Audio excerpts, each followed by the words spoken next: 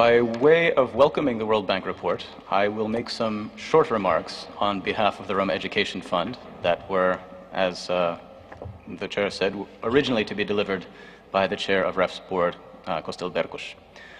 Our remarks are structured around the report's 4 key messages, with which we agree, I can tell you already. But at the same time, we tried to address both some persistent problems and some possible solutions from REF's experiences over the last 5 years or so. So on key message 1, Roma inclusion is smart economics. Of course we agree. And we wouldn't want to do any violence to this key message, but we would argue further that the exclusion of Roma is bad economics. We would also add that the exclusion of Roma comes at the expense of social cohesion, which is, of course, one of the main goals of the European Union. As we've seen recently, rising extremism and intolerance in society is too often fueled by governments, rather than met with the introduction of concrete measures to counteract these trends. And when governments simply do not react, it amounts to tacit consent. Furthermore, in some countries, the best recent examples being France and Italy, Roma are still scapegoats of governments which find themselves in crises of economics and legitimacy. So, to come back to a point that Belinda made a little while ago, while Roma inclusion is certainly about economic opportunities, it is also about protecting human rights and about building cohesive societies.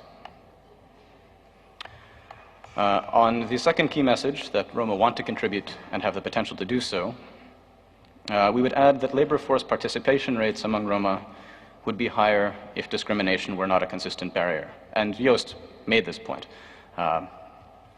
But to go into it a bit more, Romani university graduates are hit hard by discrimination on the labor market. And we can see this both at the level of hiring, but also before that, in the kinds of jobs that Roma can access in the first place.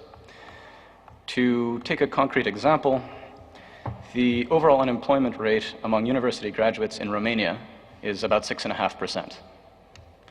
For Romani university graduates in Romania, the unemployment rate is about 20%. And according to research by the Roma Education Fund and Gallup Romania, this discrimination seems to be strongest in cases where hiring interviews are conducted face-to-face. This same study found that 20% of Romani university graduates in Romania who are employed have a salary less than the minimum net salary for higher education, and they're employed in occupations which are essentially inferior to their qualifications and studies. So we have university graduates working as cashiers or babysitters, for example. And here we see an important role for international organizations, national governments, and other stakeholders in relation to job creation, employment, and more broadly, Roma inclusion.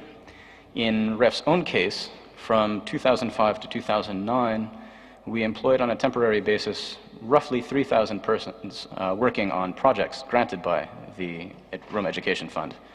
And the persons employed included school mediators, school assistants, auxiliary educational staff, project coordinators and assistants, researchers, and of course assistant researchers.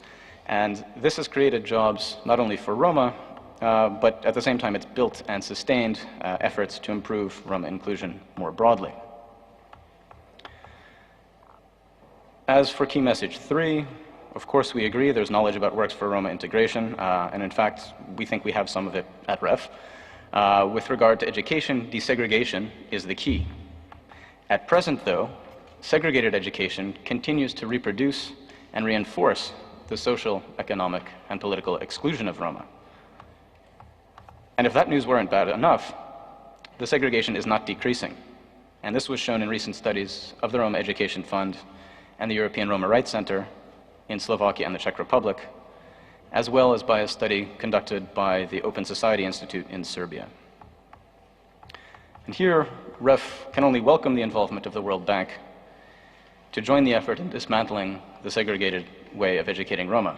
REF has accumulated considerable experience in desegregation and has continued initiatives started by the Open Society Institute and Romani NGOs in Bulgaria.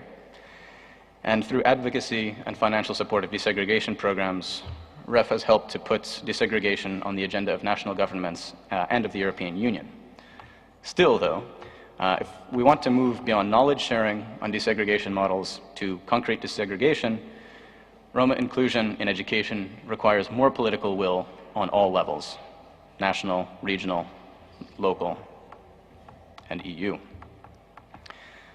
Finally, key message 4, resources are available. The problem that we see at the Roma Education Fund is that the resources are thus far, much of the time, not being spent effectively. That is, the resources are not reaching Romani communities and people in a meaningful way, where we can speak of positive systemic changes in the everyday lives of Roma. Resources are available, but many times local and national authorities choose not to attract them. This can be either because of lack of capacity, or, in other cases, because of a more simple lack of willingness to help Roma. And with this in mind, the Roma Education Fund recommends that conditionality be introduced in the allocation of structural funds. More specifically, the condition should be that countries or regions with significant Romani populations effectively include Roma from the development phase of their projects as a condition of accessing structural funds. Thank you for your attention.